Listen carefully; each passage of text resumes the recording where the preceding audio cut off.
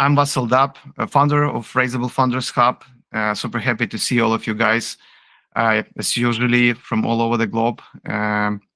So at Raisable, our mission is simple. We'll help international founders who are serious about entering the US market integrate into Silicon Valley by preparing for fundraising, refining go-to-market, and most importantly, building the right network with other founders, active investors, and mentors in the Valley who actually open doors. And let me start with this. So last month, November, has been really intense here in Silicon Valley, full of events. Usually a lot of demo days are happening this time, private gatherings. I personally heard over 100 pitches, and it's just those in person. And it really shows how competitive it is to get a local VC's time, even for founders who are already here. And for those outside of the Valley, it's, of course, much more tough. And one event truly stood out. It's StartX Demo Day. For those of you who don't know, StartX is the accelerator for Stanford's alumni. And the quality of startups usually is very high there. Just 2 minutes pitch format with no Q&A. Most founders there already spoke the Silicon Valley language. Strong storytelling, clarity, confidence, showed real US traction, had local partners, at least one, but usually 3 Stanford alumni in the founding team. And again, it reminded me of the gap between founders outside and local ones, and not in talent, but in context, environment, and access to the right people and resources. And that's exactly why we built Raisable. Not, of course, to replace Stanford, but to build the bridge into the Valley for people like us. Through masterminds, through workshops, Raisable sessions like this session, boot camps, demo days, and introductions to founders and VCs inside the community. And before I pass the mic to Sacha, a quick ask to fill out the short feedback form we will share after the session. So it helps us to plan future events around your goals, guys. And it also helps us to understand your interest and readiness to be invited to our future programs, private events, etc. All right, let me see. I mentioned everything I wanted to say. So, all right, now I'm passing the mic to Sacha, and welcome, Sacha. Sacha, by the way, worked at StartX before joining Stanford GSB.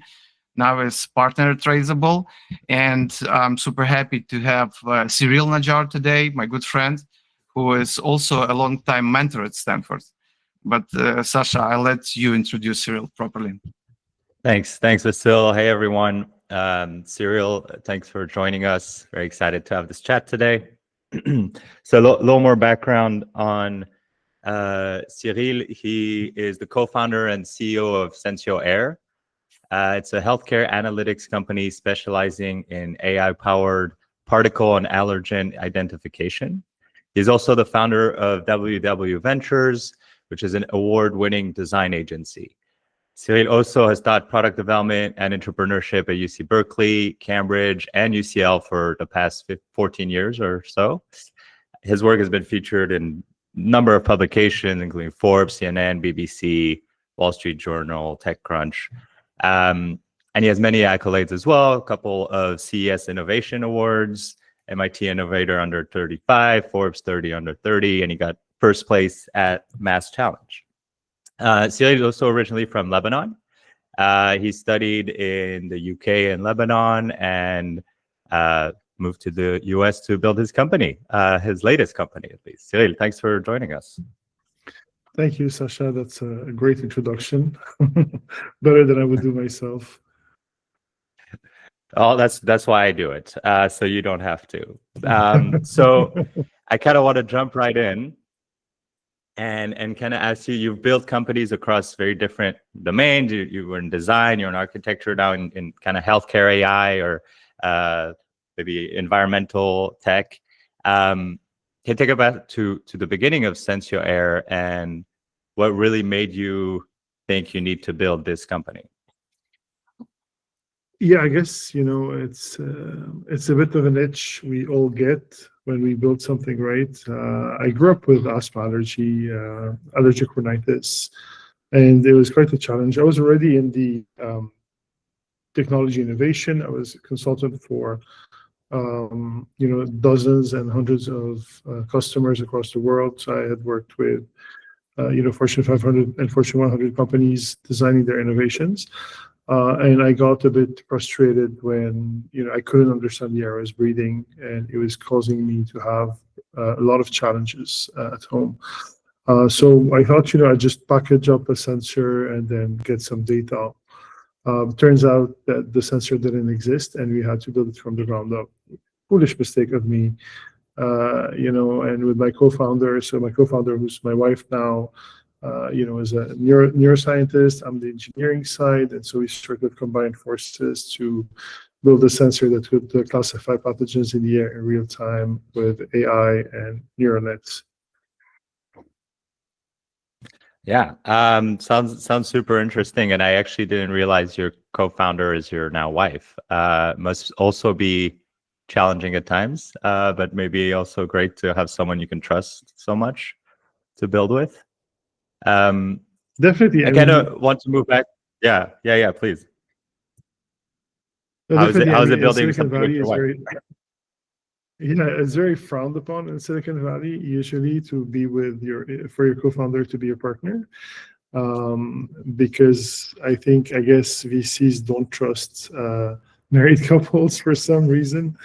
I like to say that if you've chosen to marry someone, I mean, there's more chances you'd stick around than a co-founder you just met, a few weeks ago at a bar.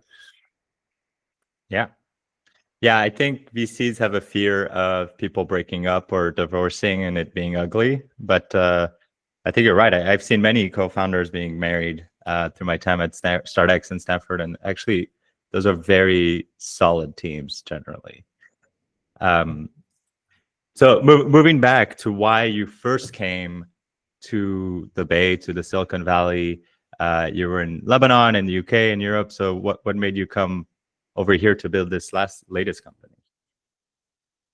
So I was actually in the UK, so I was London-based. I had been for many, many years. I did have ties. I still have ties with Lebanon. Of course, it's a place where I was born that I absolutely love. It's a beautiful place, despite all the challenges it might face. So when I was in the UK, we quickly raised capital there, and it felt very natural to start scaling in the US rather than in the UK. Although, I would argue today that you can scale anywhere you are. You don't necessarily need to move out, especially if you build your operations in a low-cost environment. I would say that the UK is definitely a lower-cost environment than Silicon Valley. But when we got there, it was a sort of a coup de cœur. We were struck in love by the ecosystem, the environment, the potential, the corporates, and all the very large numbers that were thrown at us really quickly. And so you moved here. You excuse me. You joined StartX, and Vasil mentioned it a bit. I worked there as well back in 6 or 7 years ago, at least. But could you tell us a bit about what the role StartX played in your journey and how it helped you as a founder? Yeah, of course. I think StartX is a second family now. So full disclosure, we did start with other acceleration programs. So we did Mass Challenge, we did Y Combinator at some point, Techstars, and quite a few others, I have to say. But StartX felt very different. It felt more like a sort of tightly knit community with a very low ego and very capable people. Very little froth and a lot of solid research, solid founders, serial founders, who've done 3-4 exits and are super humble, always willing to help. And it was a sort of, and by the way, I did not study at Stanford, so I'm a Cambridge Royal College grad, and so I also did Babson and UCL, but that's another thing. But I was very, very welcomed, and StartX does have that exchange program, founder exchange program, where if you're not a founder, if you're not a Stanford grad, you can still get in, but it's just much harder. So we ended up getting in, and once we got there, it was like, it was just like a revelation. I really enjoyed it. I think you know what I mean, but I'm sort of elaborating for the rest of the people here who probably never been to the StartX community. Yeah, no, I obviously I work there, and I'm still very much in touch with the current team there. So I know exactly what you're saying. I think it's a very unique place among accelerators, among startup kind of ecosystems, not just because it doesn't take fee or equity, but also because it's very, very community driven, and a bunch of very strong, humble founders, as you said, and as yourself are. Can you tell us? So I didn't realize you went to 4 or 5 different accelerators.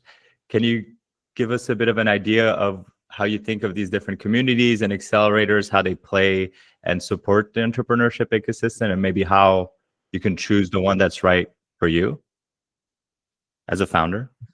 So I've been in accelerators on both sides. So I've been either a startup or an instructor or teacher or professor. So I've had really both. I've done Berkeley's in London with Techstars. I was a Google mentor. Obviously StartX. I've been a mentor at Mass Challenge, and so on and so forth. I can name quite a few. And currently I'm teaching at Berkeley University. I still give sessions at StartX. I mentor at StartX and sometimes GSB, and well, I did Cambridge UCL. So I've really been around the block of the startup ecosystem. But I have to say, where we really found the value of, okay, so the big difference is the acceleration programs you do are about, you do your 6 weeks, 12 weeks, and then it's done, and they forget about you, right? That's when it starts. So you actually get admitted into the community.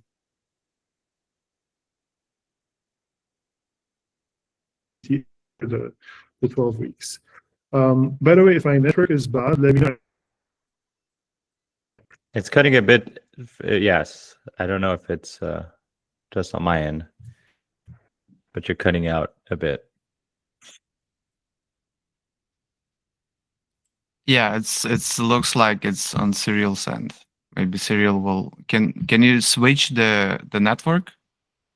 We can hear you now, Cyrille. You muted.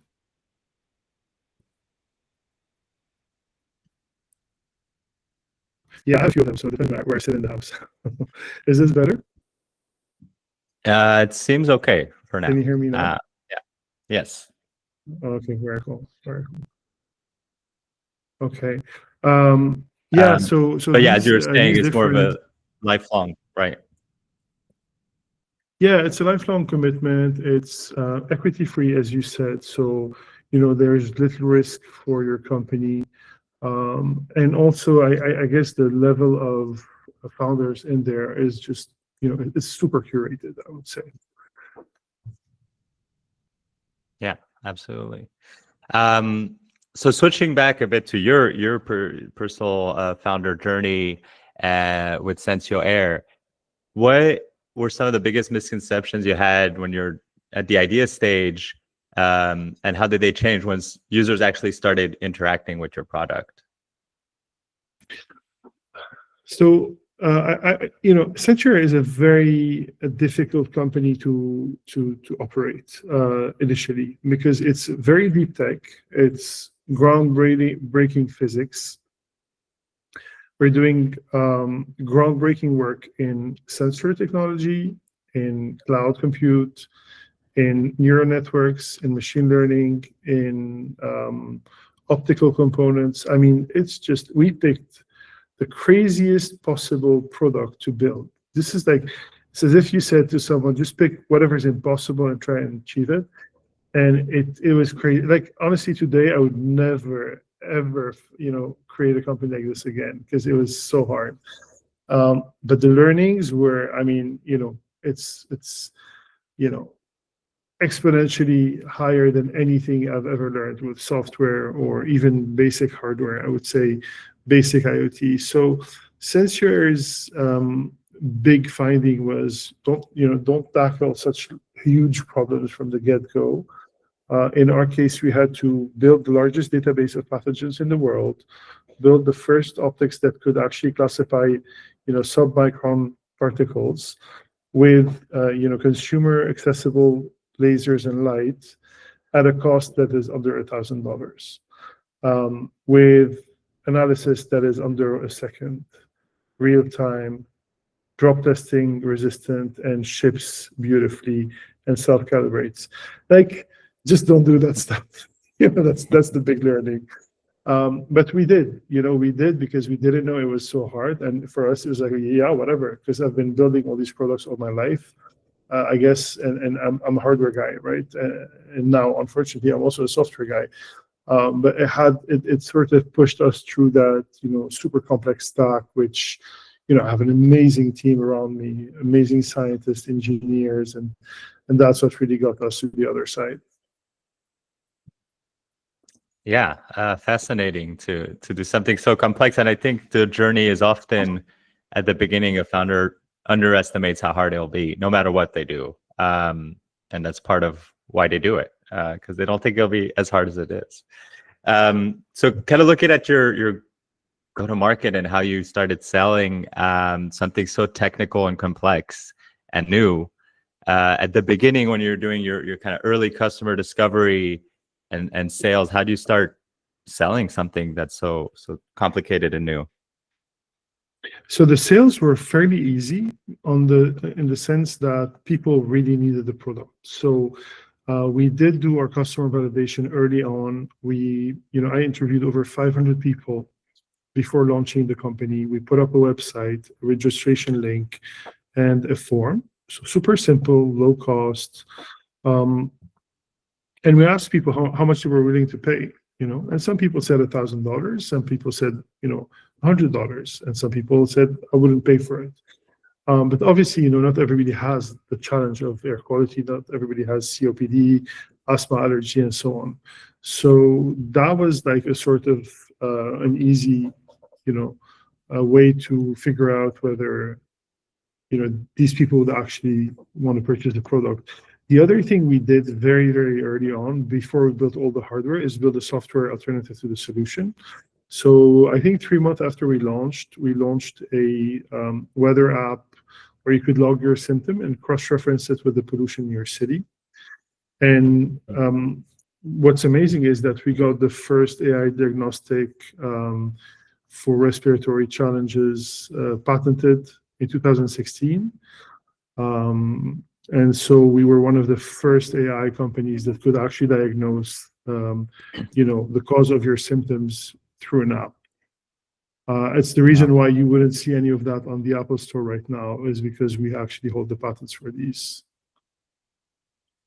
Wow, amazing. So how did that your kind of go-to-market evolve with time? You have, I guess, a software solution, a hardware solution, you have maybe a few different products. So how do you think about it, and how does it all work together? Yeah, thank you for recentering the question, because I went on a bit of a tangent there. But yeah, definitely, I guess, the sales were easy, meaning that people would want to buy the product right away and were willing to pay a lot of money for it. The biggest challenge was selling the product and selling a product that scales.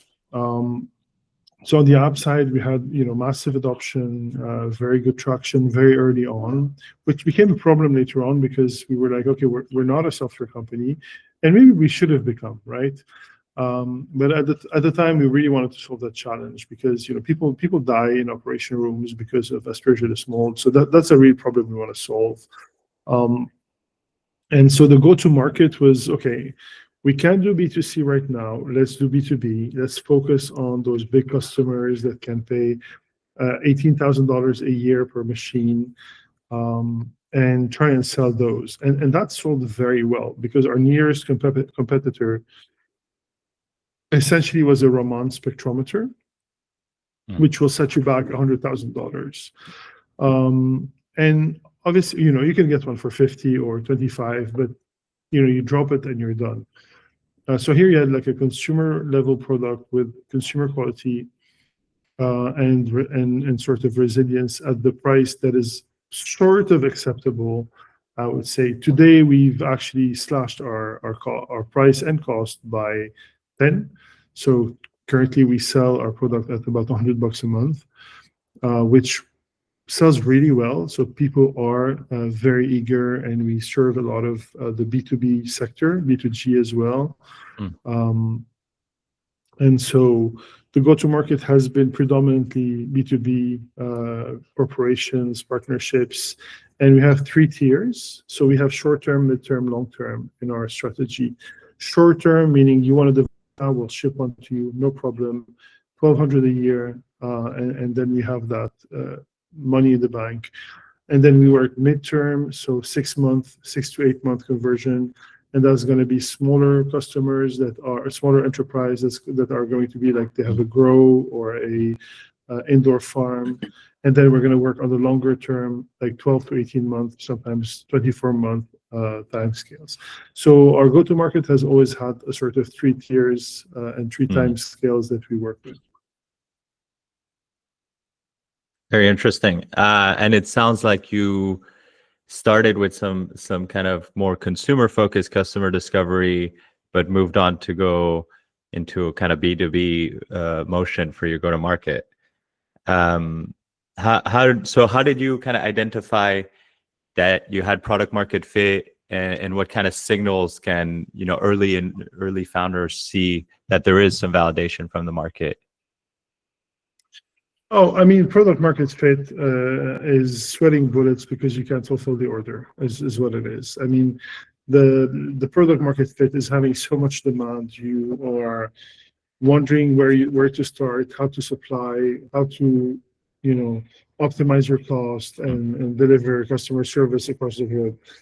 So product market fit, I guess the true signal is very obvious.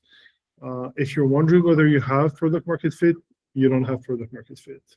If you don't know how to, fulfill 1.5 million units to your customer, that's the true signal. that's the one. There's no hesitation in product market fit. It's binary, I would say. Yeah, I love that. When your problem is no longer selling, it's the operational aspect of it. You have product market fit. Great. So I want to switch tacks a bit and talk a bit about the fundraising side of things, moving from the sales and go-to-market. So what advice do you have, and maybe techniques that you used as kind of a newcomer for immigrants or others just coming here without necessarily any network, any connections? How do you start building relationships with VCs and kind of getting the first meetings, getting in front of the decision makers? So listen, I'm going to be very transparent and very harsh with everyone here, and I'm going to ask you to visualize it. You are sitting in your home country, whichever it is. Maybe you're in the US, or you're from, I don't know, Ukraine or Paris, France, or whatever, and somebody comes in from a country you've kind of heard of but never been to. You don't speak the language, and says, hey, I'd like $2 million or $5 million to build my company. So we are naturally driven to work with our community, right? I mean, we have a sort of ethnocentrism that is almost an education we have, right? You don't trust people you don't know, don't talk to people on the street, don't get into people's vans and cars if you don't know them. So we have that aversion for the others, right? Or not an aversion, but sort of we're on our guard, right? And so I would say when you talk to an investor who you have maybe 5 or 2 connections with on LinkedIn, doesn't know you, you're probably not even a US resident, and they're based out of California, and they have another 100 deal flow on their table that are all like born and bred from next door, went to Stanford, are fully American. Essentially, what that's saying is, I can sue this guy, but I can't sue that one. Because if this guy flies off with my money, I can't find him in Georgia, and I don't speak the language, and I'm going to sue him there. I mean, that's never going to work out, right? So that aversion and that sort of risk aversion, I would say, is perfectly understandable. But it doesn't mean there are no mitigations to these parameters. And so I would say that if you're looking to establish yourself in a country, you've applied to a green card and you're really have, skin in the game there, and you're putting your money into the company as well, and you're properly structured like Delaware C and all the usual, bank accounts and nothing dodgy, I would say. That would reassure. So this is like, I would say, the foundational thing, like very basic of basics. And I would say, look at it the other way. How easy is it for you to raise back home compared to the US? It's much easier. Because the community, they know you, they know who probably your parents are, and so on and so forth. So you got to look at the investor with that sort of lens and understand why they are asking certain questions. Maybe they're wrong. They probably are. We probably all have good intentions here. But there's always, 3% that punish the rest of the 97%, right? So that I would say is the first thing. The second thing is, hey, you know what? AI has done so much right now. I don't think you can raise in 2025 if you don't have revenue. It's just, I don't think it's possible. Especially if you're a software company in 2025, the big shift is that you don't really need a lot of money to build anything right now. You can do it with $50 a month on any vibe coding app. I'm not saying it's the best solution, but you can definitely have an MVP and test it and get users to pay and set up a Stripe account and then run a couple of ads for $300 on LinkedIn or on Instagram or whatever. And then say, hey, cost of acquisition, lifetime value, revenue, this is our growth, that's our MRR, and that's how it's going. If you can't do that, then I don't think you're credible in 2025. Now, if you have FDA and then hardware and like complex stuff, you're tapping into a niche of investors that, like this kind of high moat, high defensibility, and are not looking for a land grab early on or have FOMO from the deals they didn't get from AI in the past, 2 years. Yeah, very, very interesting. I mean, of course, if you're deep tech or biotech or something that has these big moats and very long development times without market validation or customers for a long time, it's different. But so for you now, early stage, like pre-seed company in AI, if they don't have, even at that stage, revenue, you don't think it's relevant to raise just with users and active users? And look, I created a company called Atelier, which is a image generation platform for. Actually, we did it for our own company for ads generation. By the second week, the product was up and running. We already had paid users. And so by the 30 days later, we have like thousands of generations on the platform. We have hundreds of users already. We have revenue. And that's just a sort of secondary product we built for our own usage, right?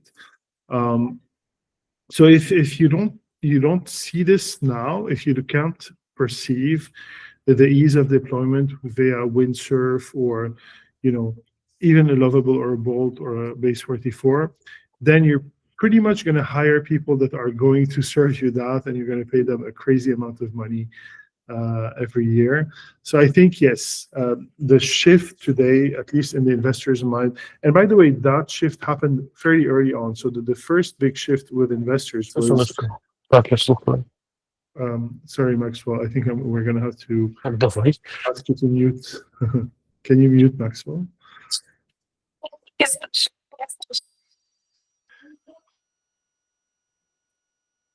Good. Yeah, you can keep going. Yeah, sorry about that. So the big shift happened is that all the investor money poured into bigger investors. So bigger deals like Anthropic and obviously OpenAI and all these guys. So a lot of money poured in that. It sort of dried up the main lifeline for the smaller companies. But then as these large deals happened, Grok and so on, there was still a bit that was sort of, trickling down. And these were really going into the lookalikes, the smaller, probably a Mid-Journey or a Lovable. Lovable had like a relatively massive 300 million, I think, raise, or 100 million, I can't remember. But compared to OpenAI, there was like peanuts, right? So, and these are, making $100 million a year. They were, I think, or 30 million ARR really quick after a few years of a few months of launching properly. So the sort of mindset of the investors shifted, and now I think they just see these early stage companies who have 2 employees, a software that's running with a very good post-product pipeline of transactional marketing and emails, proper ads, and focusing really on that second stage of the company's life, which is scaling up, rather than that early stage of building up. So that entire focus build has been focus as in customer development, customer validation, build as in prototype MVP, V1, or whatever, has been sort of compressed into, I would say 3 months or a quarter. And then now everybody's going into go-to-market, sales, marketing, and partnerships. Right. Yeah. So AI has contracted the kind of timeline to develop and have some proof and validation and revenue, and investors reacting to that now. So just a quick question: how do you see? It feels like AI sucked all the money and air out of the room. How do you see non-AI companies kind of competing for VC dollars and kind of in the broader market? Can you elaborate on the non-AI company part? Oh yeah, are all companies AI then, or like? I mean, AI is a tool. Some AI? Yeah. AI is a tool, right? Obviously, it's like crypto. It's a tool. A means to an end. But today, if your company doesn't have an AI component, whether it's in the build, in the customer support, in the, I don't know, even deployment. I mean, if you're deploying through Windsurf on Vercel or whatever, I mean, everything has AI infused in it right now, and it's hard for me to imagine, unless you're doing commodities, but then don't come to Silicon Valley, right? I mean, there's no point. And still, you'd still have like a sort of algorithm that's gonna train eons on past data, and then have a model to refine the orders. I mean, obviously, everything. I think today nothing will exist without AI after 2025. Okay. Yeah. I think we're seeing it already. It permeates everything almost. Yeah. So I also wanted to ask you about some of the prizes and awards you've got with your company, from Mass Challenge or CES Innovation Awards. Did these matter for your fundraising? Did this help and lead to more investment, or not? I would say this was our business model. So when we started early on, we raised fairly quickly capital. I think by the second week, we had like our first angel check, and then after a couple of months, we had closed our first. So that's for Sensio, our first multi-million-dollar investment. But then we already were on the track of winning those awards, getting £30,000 here, $20,000 there, Google credits here and there. So it did help quite a bit. And honestly, it just happened because once you win one, they invite you to the next, and you just apply and win and wash, rinse, repeat, right? So sorry, rinse, wash, repeat, whatever, wash, rinse, repeat. And so it sort of really helped because so essentially you're helping investors curate their company, the companies they're going to talk with. So if there's 100 companies and you've won the Harvard, startup weekend, you're one of 100. and then you win the CS, you're one of 1,000, and so on and so on and so forth. So it really helps investors see, okay, these guys definitely deserve a conversation. Let's meet with them. And what happened with these, I guess all the way up to CS, is that we had met with every CEO, every corporate. They were coming to our booth at CS. They were pitching their product, their company to us to become our distributor. It really opened up the sort of spectrum of what we could do, and it helped us understand and find a proper product market fit in the sense of, okay, do we want to become a security dual use military company only, or do we want to become an HVAC agri-tech company? And so seeing the deal, seeing the size of the market, talking with the stakeholders and the ecosystems, if you look at our customers today, like GSK, largest pharma in the world, LVMH, largest retail in the world, Daikin, largest HVAC in the world, so on and so forth. We only work with the largest in the world, which is really, really useful. Super slow, but every deal is, gigantic. Yeah, great. It sounds like it did serve for some validation, and maybe it opened some doors with some VCs, but not necessarily closed the deals, but got you in front of the people. Good. Okay. Can you, on the converse side, give us maybe a time and an example of when fundraising didn't go as planned for you and the company, and kind of what you learned from that as well? I missed the first part of your question. If you can give us an example of a time when fundraising did not go to plan, and I'm sure there are some. It never goes as planned. When you think it's going to be slow, it goes super fast. When you think it's going to be fast, it goes super slow. It's a seasonal thing. It's like trying to, eat fruits out of season if you're not in sync with their rhythm. It's going to be more expensive, and it's going to take more effort. And so you want to look at the sort of timeline of investors, when they have first of all, when they've raised their fund, because they need capital to invest, right? So there's no point in spending 3 hours on a due diligence call with an investor that hasn't closed his fund yet, right? Unless it's really close and they're 100% is going to have, but they have to raise capital the same way we do, right? And sometimes things go well, and sometimes things don't go well. So you really want to be careful how much effort you're allocating to certain investors. And more importantly, I would say, you don't necessarily have to raise capital at first, especially today with the sort of AI tools you have. You don't need as large a team as you used to. We were 22, so we're a very small team. And now we actually don't need to be as many, because every person on my team can do the job of 10, 20 people every week, because, we're using Windsurf, we're using, OpenAI, all these tools. We have hundreds of $1,000s of, cloud credits with every provider, from Azure to GCP to AWS. I mean, we have a lot at our fingertips, and we build our own tools right now fairly quickly. So I would say, approach the investor as, I think it's great to raise capital. It definitely helped us reach our milestone and our KPIs. But be careful, get the investor you actually enjoy sitting with, talking with, being with.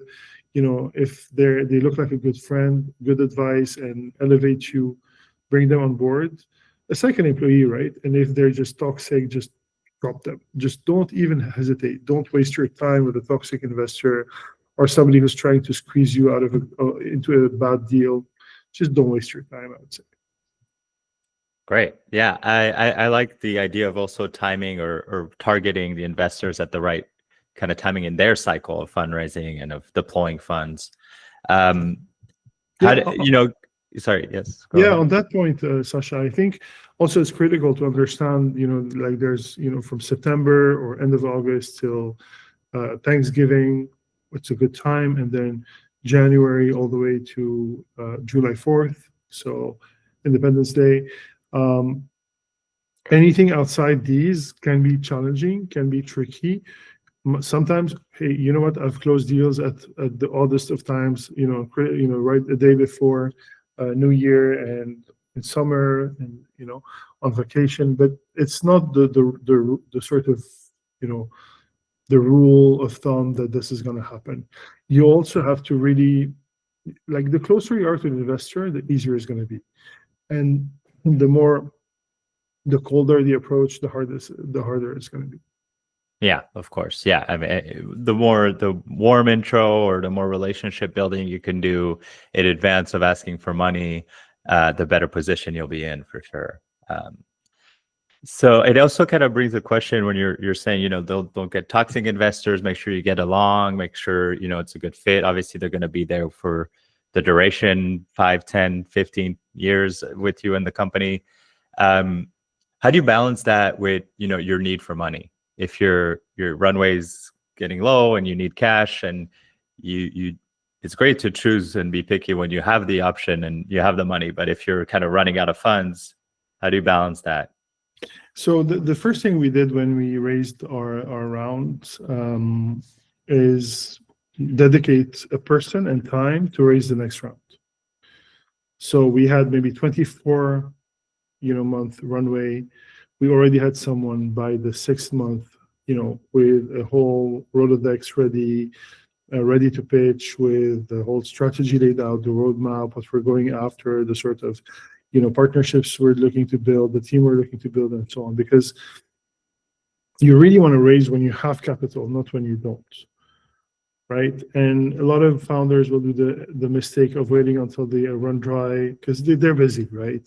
It's like, oh, I can't do that right now. Well, if you've got the capital, get a CFO or a COO that can actually make the intros. Make it a habit of doing one investor meeting a week, or two investor meeting a week, or go to events where investors are present, make friends. And by 24 months of being to these events, or 18 months, hey, they're going to be your friends. And in some cases, honestly, some people I just didn't want to take money from because we've become so much, so close that it just didn't make sense that I would take their money at that point. Obviously, they insisted. Sometimes I said yes, sometimes I said no, but it is what it is. How nice to be in a position to say no to money, if you have that chance. So it sounds like you're kind of always ready to be fundraising, or always have it in the back burner. Always. Yeah. You're always fundraising. As a CEO, and co-founder, you're always fundraising. Yeah. So I do want to kind of wrap up and open up the questions to the broader audience. Maybe my final question for you gave us a lot of great advice on your go-to-market and sales and fundraising, talked a lot about AI and how you use it at the company. Can you give us some idea of how you use AI on a personal basis, and maybe some tips on how we can all be better at using it? Oh, I think by the second year of being a beta tester for Midjourney, I had produced over 22,000 prompts. So I use AI. I was also a beta tester for OpenAI, so I was very early on there. AI is entirely permeating our work on a daily basis. I mean, I code 6-7 hours a day, and so I'm using Claude, and I'm trying like Opus, the new Opus guy. It's just like it's everywhere. It's on our documents, on our code, on our design, even on electronics and hardware teams now are using it. So, and I think honestly, Windsurf, we almost lost that company because of Google. Because they acquired they just acquired their C-level team, but it did survive. And I think Windsurf is phenomenal because you can plug in, firmware, and you can plug in a board. You can also, do pretty much anything on it, right? Super flexible with the fact that it, you can work on ports with your computer, and it, it has. And by the way, I'm not affiliated to Windsurf in any way, but it just opened up the whole game for us. It's like running companies on easy mode. Okay, yeah, we'll definitely have to check out Windsurf some more. Mhm. Cyrille, thank you. I want to give some space for others to ask their own questions. We have a bit, 15, 20 more minutes. So if anyone wants to raise their hand or turn their camera and mic on and ask a question, please go ahead. Yeah, Vasil. So, yeah. Yeah, thanks for a great session. Cyrille, I'm wondering, do you remember your first check in Silicon Valley? Who was it, and what was your feeling when you got it? So I have better than a check. I had a story where we had run out of cash. We had literally you had no more money, and so I called one of the corporates. I'll say who they were because honestly I owe them so much. It was Daikin Industries. We were doing like these pilots with them. I called them up and I said, "Hey guys, I need $400,000 or $500,000. Otherwise, we're going to shut down." And I flew from London to Silicon Valley and I met with them in their offices in next to Great America Park. And they said, "Sure. Do you take credit cards?" I was like, "Hell, I'll take credit cards. I'll set up a Stripe tonight." And so I set up a Stripe. I set up a Stripe. I think they paid $200,000 by credit card the first time, and then another $200,000 afterwards. So that was my first Silicon Valley encounter. It was like fairly early on. Daikin later on invested in the company and came in and are still board observer of the company, and we've done incredible work with them. Cool. Yeah. First check is always so important. That was the first Silicon Valley check. Silicon Valley. Yeah. The first UK check was much larger. Yeah. And I do remember that one too. We also have a question in the chat from Alex, so I can read it out. What would you advise to people who didn't graduate from Harvard or Stanford or don't fit the standard founder profile in the US, but have a lot of experience, and now want to build something bigger in the $5 to $10 billion range?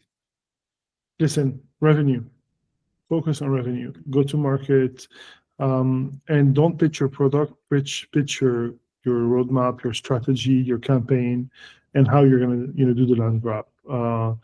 So if you don't have revenue right away, just at least demonstrate that you know how to deploy a strategy commercially and how to. I don't know what you're selling, but if you're selling, I don't know, whatever you're selling, like show unit economics, show maturity in your forecasting, show that you're going to hire top tier and that you're going to deploy across your close geography and then larger geography. If you don't have the Stanford, MIT, Harvard, and so on, it's quite difficult because you really want to demonstrate validation. And maybe don't go right away to a Sequoia. Try with someone smaller and then work your way up.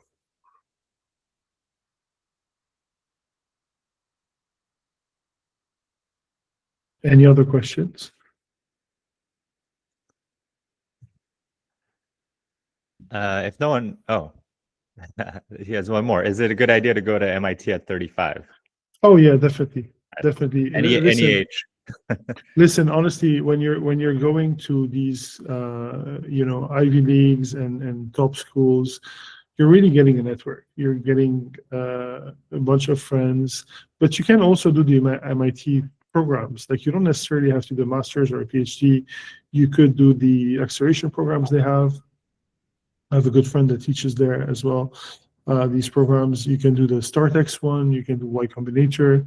And hey, you know what? Y Combinator is very open to foreign founders that don't have a foothold in the US yet, and so on. Like the reason we did these acceleration programs is because we wanted to better understand the ecosystem, although I had been designing and creating innovations for many years. the startup sort of mindset is slightly different than the consultants. And that's why I just went about and did those things. Thank you. So, I do have another question if we don't have a bunch here. So how do you kind of mentioned this in the beginning of you don't have to be here to build and to grow fast or to even raise here. How do you balance kind of being here in person or not? Is it important to raise, to sell, all these things to be on the ground? Or can you do it now with all these AI tools more remotely? Look, you can definitely scale remotely. You can spam the world with millions of emails and so on. But one handshake, one conversation, one partnership with a decision maker like that's in the Bay Area is probably 20, $30 million ARR. And that's all you need if you're doing B2B. If you're doing B2C, you probably don't need to be in Silicon Valley anyway. The mindset is great, and I would encourage anyone who's done pretty much anything in their life to live in Silicon Valley for a few years and get that sort of craziness and where you can build anything and you understand that you can sign $100 million ARR contract, right? Because it's very hard to understand that when you live in other countries, unless you're a government. And so getting that sort of first taste of blood, in Silicon Valley, I think is critical to the craziness of the entrepreneur. But then if you're doing B2C, you probably don't necessarily need to be in the Bay Area. B2B, absolutely. If you're in medical, I wouldn't say, Silicon Valley isn't necessary. You might be in Boston, right? If you're in finance, you might be in the UK, London, or New York. So go where your customers are. Don't just go there because it's cool or nice. Yeah, thank you. We do have a question from Anais. So from your experience with StartX, YC, Techstars, all these accelerators, which programs are most valuable for early young founders? And I guess one that's equity free, but more community and mentorship driven. I don't know if that's very common beyond StartX, but yeah. Well, Mass Challenge is equity free. YC is equity free until you accept to take the check, technically. Techstars isn't. It's 7% or 10%. I can't remember if they changed that. So I know, for instance, Imperial, I currently teach at Imperial College as well. It's equity free. We have the Greenhouse, which is a carbon reduction program. There's a few of them that are equity free across the world. But honestly, if you can get into YC, StartX, Berkeley Skydeck, they're just the best in the world.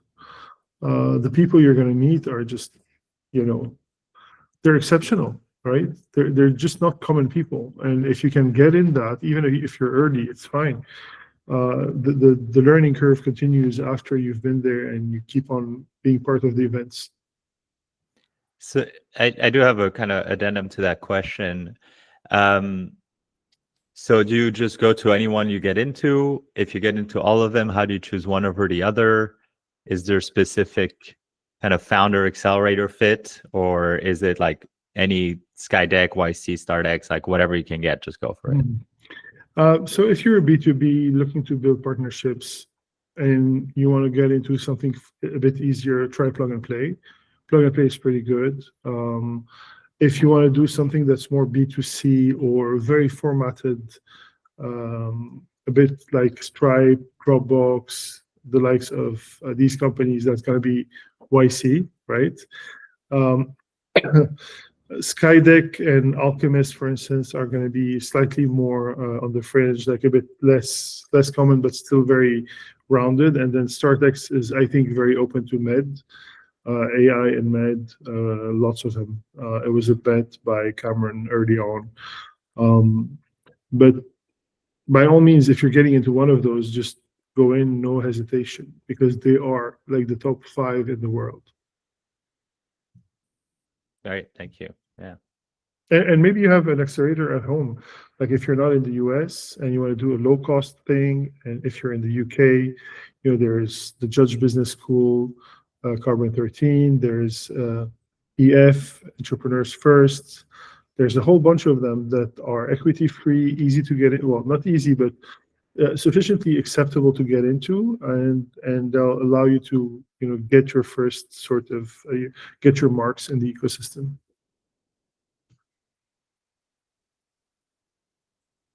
Okay, any final questions before we wrap up and let Cyrille go?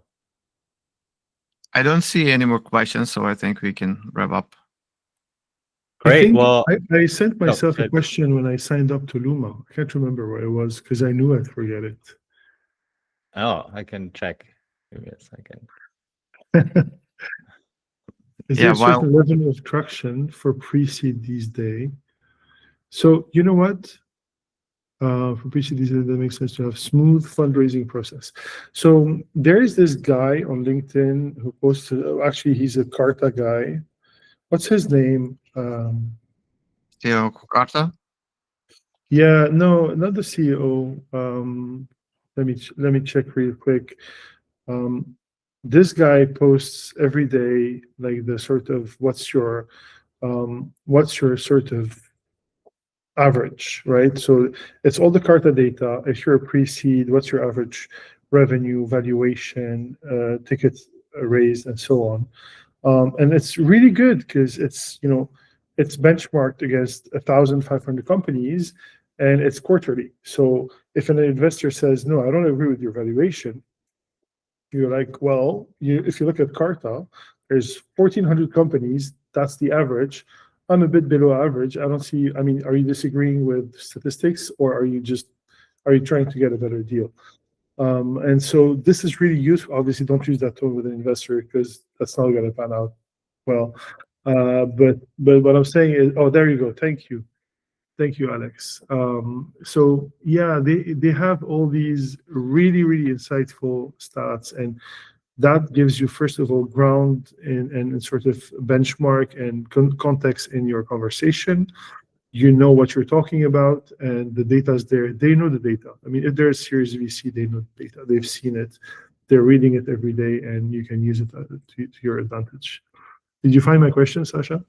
I do have your question. So your question was, what is a true signal for an investor that your company is investable? I like that question. It is yours. What is a true signal for an investor that your company is investable? And you know what? I'd love people in the audience to actually tell me what was their true signal. And maybe they can think about it while I try and answer it. But I would say, it could be number of users, it could be revenue, it could be growth. But you got to find the right thing that makes them tick, right? So if you have 5% AR, growth week on week in the number of users of your platform, and you're a social media, maybe you don't have revenue, but that's going to make your investor tick, right? That's a true signal, because it means you've sorted out anything from sign up to engagement to retention. They want retention, referral, that whole sort of, pirate metrics funnel is sorted out, and you're just growing. Maybe you're losing 100 million a year, but you're getting 100 million users a year. It doesn't matter. They will invest. So that's a true signal. That growth, revenue is the same. Engagement is also the same. So, for instance, the Atelier thing that we built, people are burning through their credits by the second day. They've used up all their credits. That's a true signal for me, because it means that they will pay for it. And you know what? They are paying for it. So these are those small things that actually tell you, okay, let me pull the rope here and find where this leads me if I develop that specific strategy, and helps you get to a proper company that generates enough money to become, a unicorn or whatnot.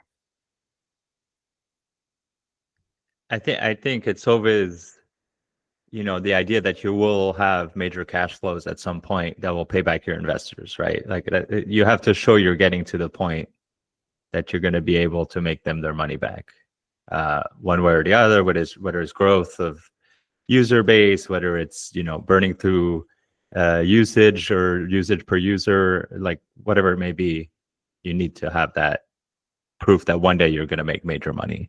That's the guy, Peter Walker is the guy who posts on LinkedIn, the Carta stuff. Brilliant posts every time. Equity sold in each VC round and all these really good posts. So that's very useful. Great. Well, Cyrille, I want to thank you for sharing your experience and knowledge and your time with us. I thought it was very insightful, a lot of great advice in there. We will share the video on our YouTube channel. I'll share the links. You can follow us on Substack or YouTube, find more content like this. Cyrille, thanks again. Thank you everyone for joining. Thank you, Sacha. Thank you, Vasile, for organizing. Thank you, Sacha. It was a pleasure. Great questions, and I hope to see you guys very soon.